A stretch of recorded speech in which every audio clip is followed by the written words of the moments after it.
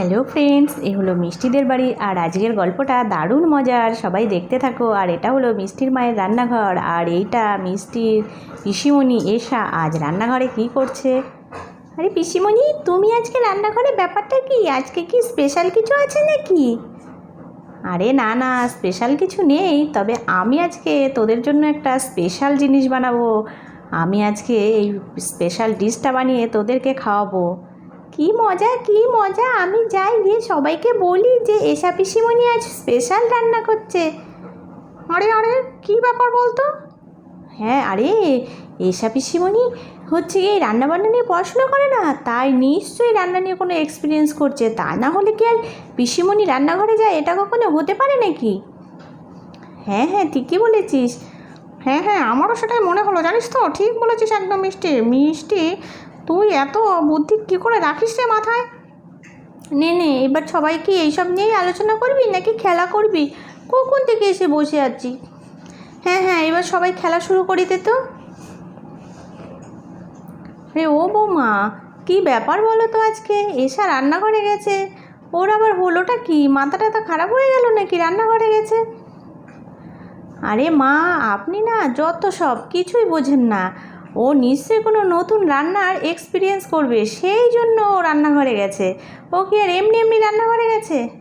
তা মা, আপনাকে এসব নিয়ে একদম ভাবতে হবে না, যা খুশি তাই করুক। যা রান্না করবে আজকে তাই খাবেন সবাই। মেয়ে রান্না করছে বলে কথা। ঠিকই বলেছো দিদি ভাই।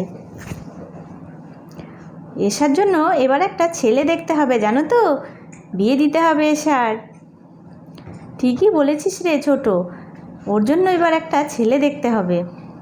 সে তো আমি কতজনকে বলে রেখেছি গো বড় বৌমা, যে একটা ভালো ছেলের খোঁজ পেলে বলো। জানো তো মা, আমার না একজনের কথা মাথায় এসেছে, বিদেশে থাকে। কি ব্যাপার, কার বিয়ের কথা আলোচনা হচ্ছে? তোমার বিয়ে ছাড়া আর কার বিয়ের কথা আলোচনা হবে শুনি?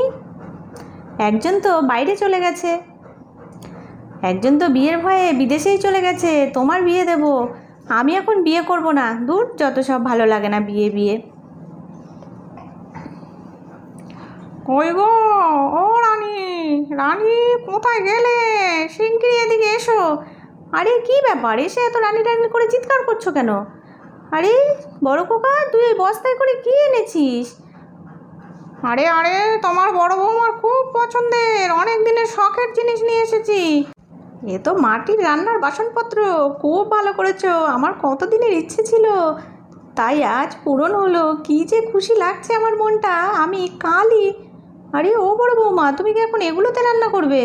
না না মা, এটা আমার শখ ছিল, তাই আপনার ছেলেকে বলেছিলাম, সেই জন্যই কিনে এনে এসেছে। আমি প্রতিদিন এটাতে কেন রান্না করব?